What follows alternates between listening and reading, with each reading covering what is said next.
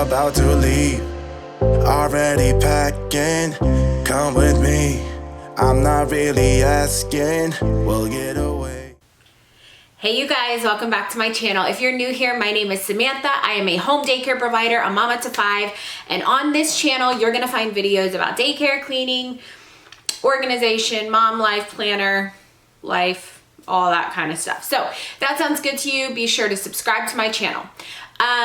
For a little while, I had taken a social media break, just a break in general, to take care of my mental health. And when I came back, I asked you guys what you wanted to see. Number one requested video was my Daycare 101 series. So we are gonna do that today. We are gonna move on to episode 3 of my Daycare 101 series. So today we are going to talk about money. And if you see me looking this way, I have all my notes over here. We're gonna talk about money today. I don't enjoy talking about money. I don't think it's something that you should like openly talk about with people. I don't know. That's not how I was raised. I just don't talk about it typically with other people besides family. But when you are starting a business, you need money and you need to have a plan for how much money you're gonna need. And daycare is no different. Even though it's a small business, typically if you're opening in your home, it's gonna be small. It's still a business and you're still gonna need money to operate your business. So I wanted to just kind of word vomit to you guys and tell you all the things that you will probably need to plan for whenever you are opening your daycare when it comes to money, just strictly finances. So, people ask me all the time, how much money do you need to start a home daycare? I can't tell you that. I cannot give you, I can't say you need $3,247.56 to start a home daycare. I don't know. I don't know what you're specifically going to need to operate your daycare. We all live in different states. We live in different size homes. Some of us have children, some of us don't have children. Some of us have the education and the training, some of us don't. Some of us already have supplies within our home that we can use, some of us don't. So it's really subjective. It's all about like what it's a personal number that you're gonna have to come up with yourself. So my goal is to just give you some bullet points to think about and to budget for. So number one, what you're gonna need to think about is whether you plan on being licensed, registered, listed, if you don't plan on being licensed at all. Now this all depends on your state, but I will tell you, to be licensed, you're probably gonna have to spend a little bit more money. However, in the long run, you tend to make a little bit more money because you can take more children, your enrollment can be greater, etc. So think about that. That's gonna be your first decision. Do you wanna go licensed? Do you wanna go registered? Do you wanna go listed? At least that's in Texas. I don't know about the other states. But what I started out doing when I opened in Texas is I opened as a registered child care home. So I could care for up to 6 kids, including my own. So I had to be careful with my ratios. So really I could only take 4 full-time daycare kids. And I started that way because I wanted to get my feet wet here in Texas and figure out if I liked it, if it was something that was working, if it was something that I wanted to continue to do before I became licensed. So I started as a registered child care home. I paid all the fees, I did everything and it was great. And I moved on and now I'm a licensed child care home. So something that you're gonna have to think about once you're done settling that process, whether you wanna be registered, listed, licensed, whatever, is you are gonna have to start the paperwork process. Here in the state of Texas, and I can only speak on Texas because I don't know, I can speak a little bit on New Jersey as well, but I don't know a whole lot about the rest of the states. So every state is gonna have their own process, their own fee schedule. Here in Texas, we have a $35 application fee. It's just an initial application fee. We have I'm looking at my notes. We have a $35 initial license fee. So in and of itself, that right there is $70. And then we have a background check fee, and the background check fee is $2 per person. in your home. Now, if you have to go get fingerprinting done and things like that, it's going to be a little bit different. You're going to have to pay a little bit more. But it's $2 per person over the age of 14, I believe, here in Texas, or 13. I think it's 13 and up. Here in Texas, you have to pay for the background check. So my initial fee was, let's see, $76 just to start, not including when we had to go get fingerprinted, none of that. That's completely separate.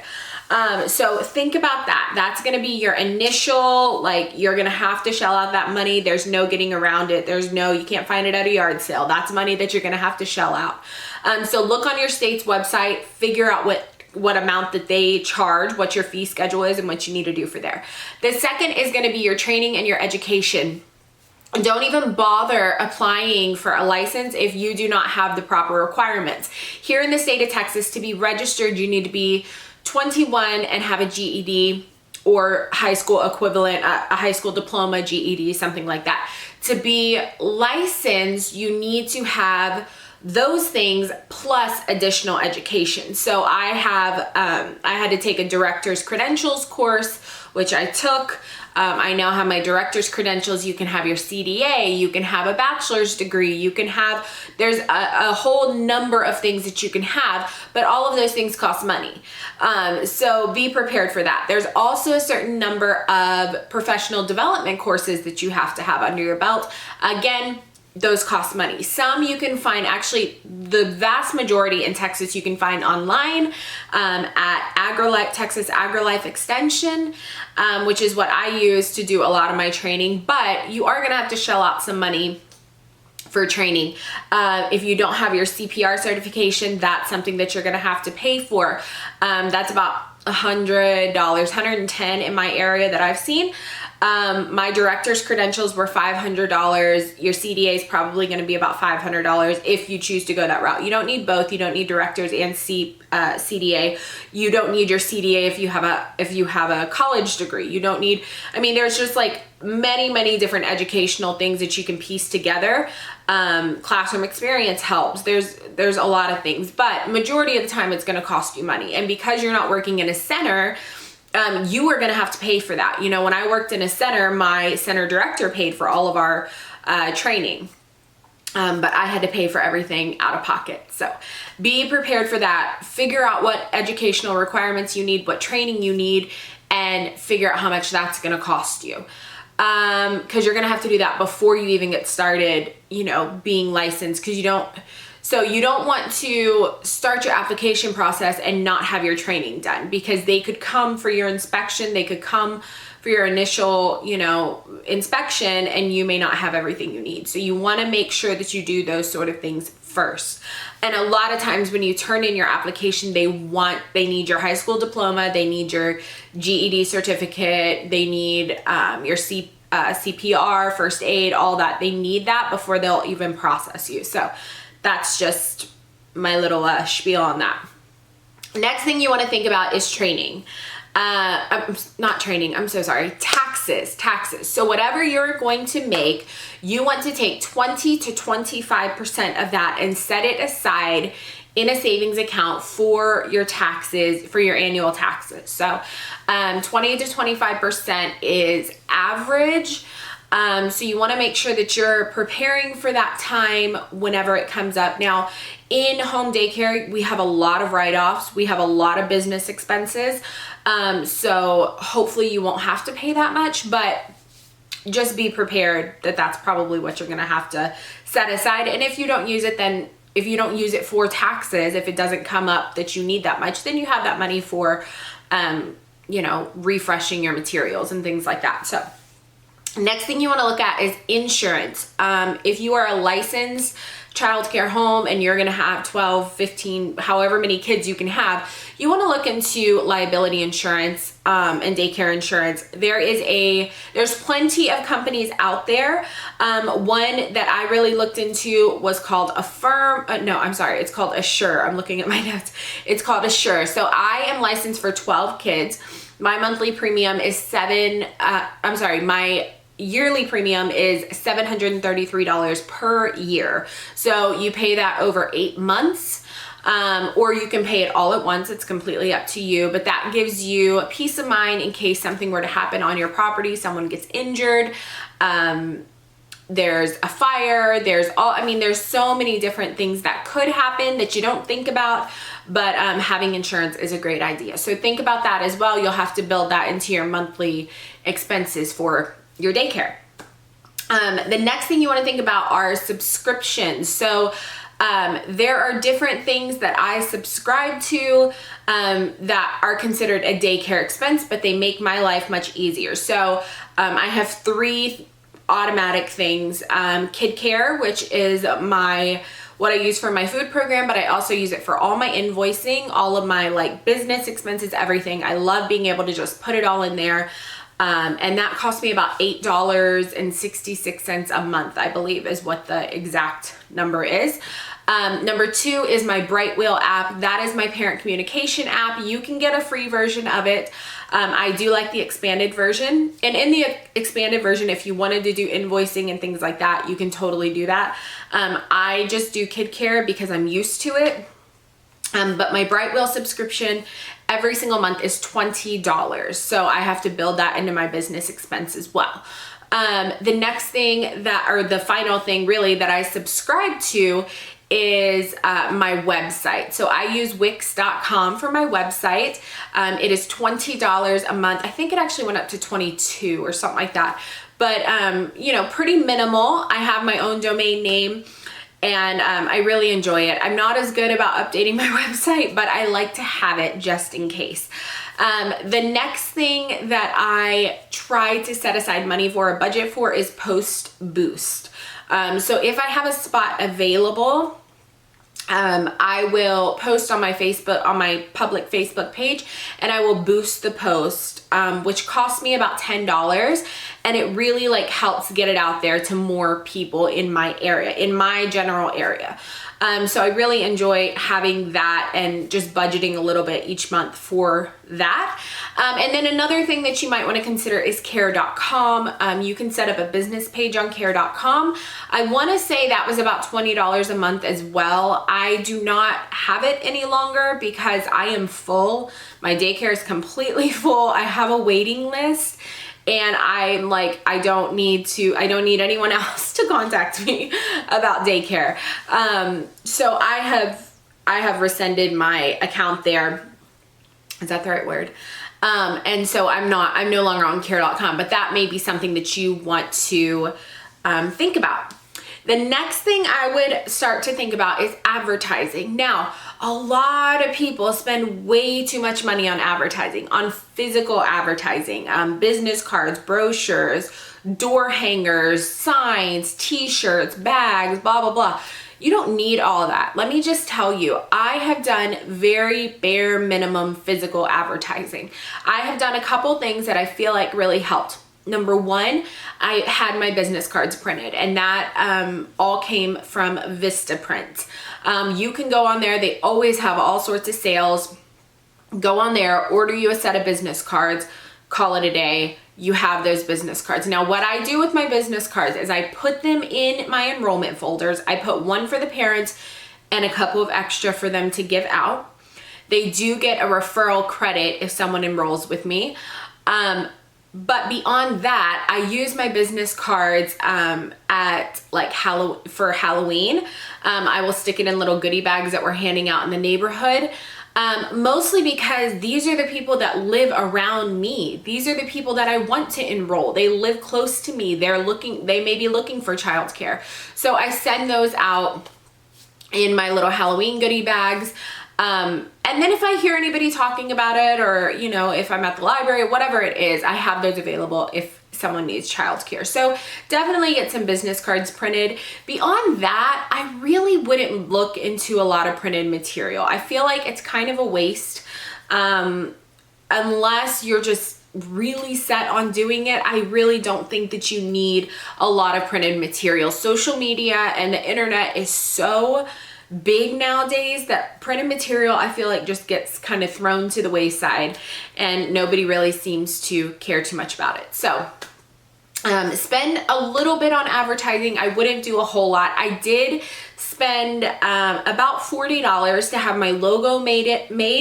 I got that made on Etsy, and that has been a good investment for me because I use it on everything now. All my paperwork, my website, my Facebook page, my business cards, everything has that logo. So if you're looking for something like that, I would definitely recommend checking out Etsy, see if you can get someone to make your logo, and spend a little bit on that. But beyond that, don't go crazy with your printed material. The next thing that I would start to think about is your physical space. So you're going to need most likely to change up your physical space a little bit. So I had to take my notes down. So number one is childproofing. You're going to have to childproof your home. You're gonna need wall plugs, which I get from the Dollar Tree. You're gonna need cabinet locks, which I also get from the Dollar Tree.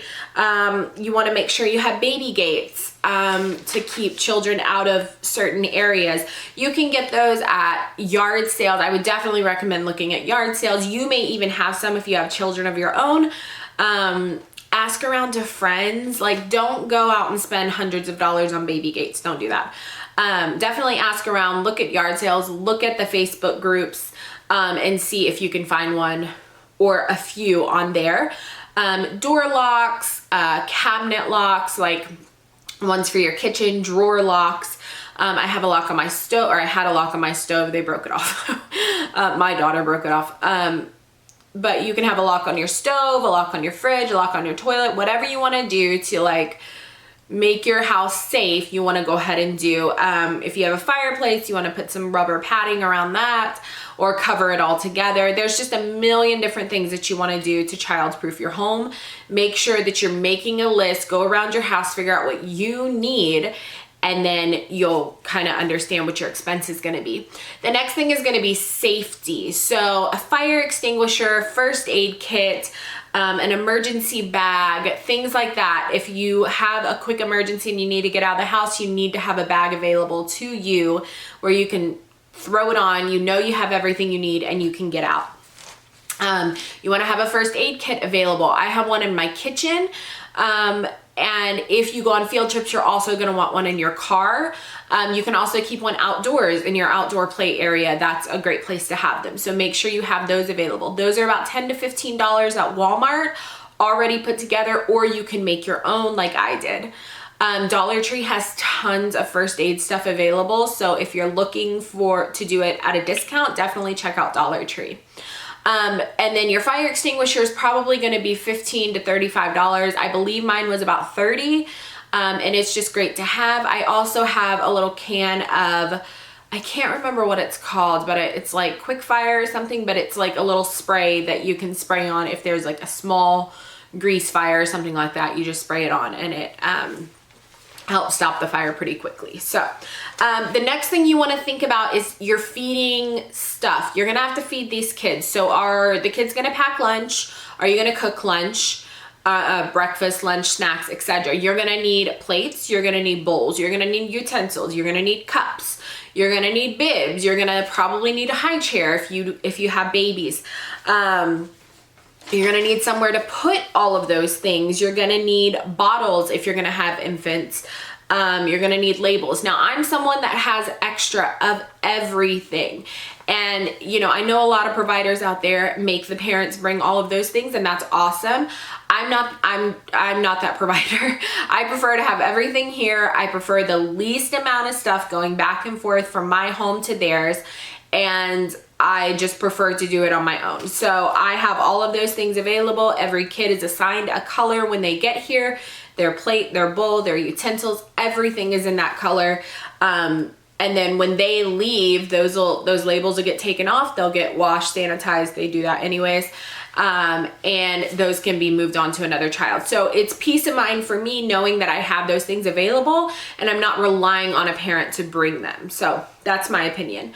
Nap time, you're gonna need mats or cots or something for them to sleep on. You're gonna need sheets. You're also gonna need pack and place. Look at garage sales for these kinds of things. Look on the Facebook groups for those sort of things. Pack pack and plays especially. People are always getting rid of pack and plays, and they're expensive, brand new. They are expensive. So ask around to family and friends, look at garage sales, look on your Facebook groups, and get them for a discounted price. Sheets I usually buy on Amazon. They're relatively inexpensive, and it's nice to have a plethora of those just in case of accidents or whatever. So make sure you have sheets available. A sound machine may be a good idea. I actually use YouTube. We just use lullaby music, and they really enjoy that. But if you don't have a TV or something in the area where you can play that, a sound machine may be something you want to look into. The next thing is your toys and your play stuff. I always say start with the bare minimum. You do not need to go out and spend thousands of dollars on toys. Period. You don't. Look at garage sales, look at Goodwill, look at any of your thrift stores. They're going to have toys available. I would buy quality materials over quantity. If I could go back, I would buy majority Melissa and Doug wooden toys, high quality toys. At a discount, of course, but high quality toys. So puzzles are a big one, blocks, cars, baby dolls, dramatic play, and books. Those are things that I would definitely have available. If you can afford Magnetiles, I know Groupon normally has them, not the Magnetile brand, but they're still magnet tiles.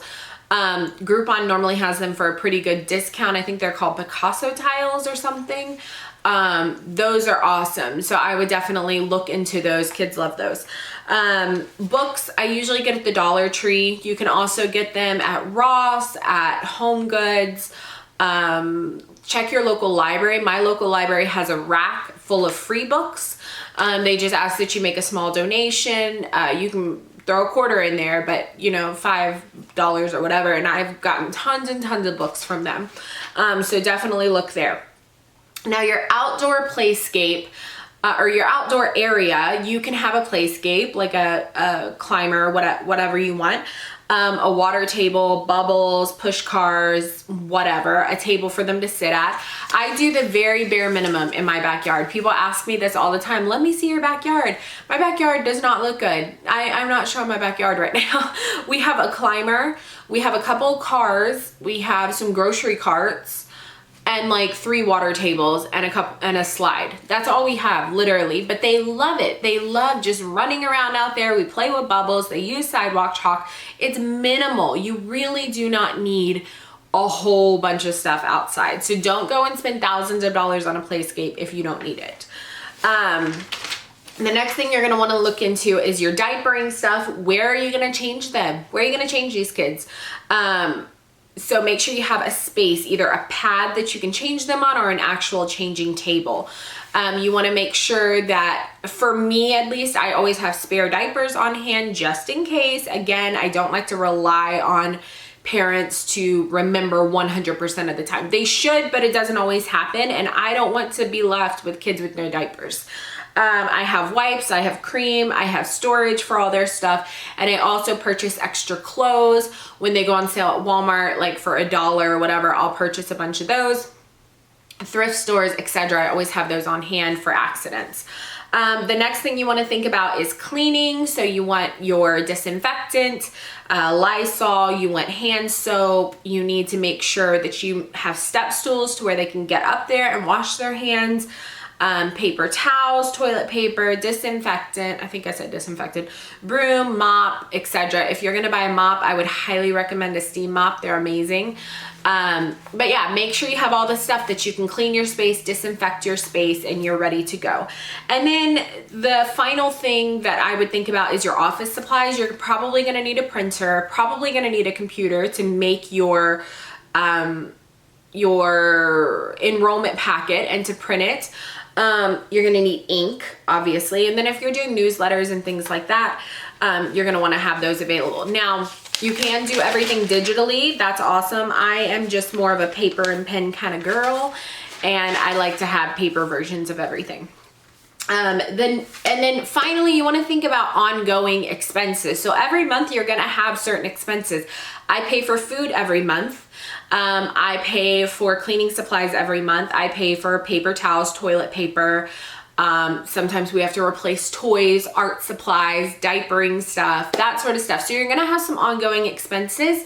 You wanna make sure you think about that. So those are all the things that you're gonna have to spend money on to open your business. Now, going forward past that, you're gonna wanna think about how much you're gonna charge. Now, you should have already done your market research. You should have already had that available to you. And you basically, before you set your price, you wanna sit down and you wanna write out all of your own bills, all your personal bills that you have, and tally all that up. You have to make more than that. In addition, you need to add in the expenses from your daycare because you're going to have daycare expenses. This is not a 100% for-profit business. You're gonna have a lot of daycare expenses. So add those daycare expenses in after you made your list of all the things you need to do. Add those daycare expenses in. That should tell you how much you need to charge. I would also overestimate a little bit so you have a little wiggle room. You want time or you want money to go do things that you want to do. So make sure that you add a little wiggle room. That's the amount of money that you need to make.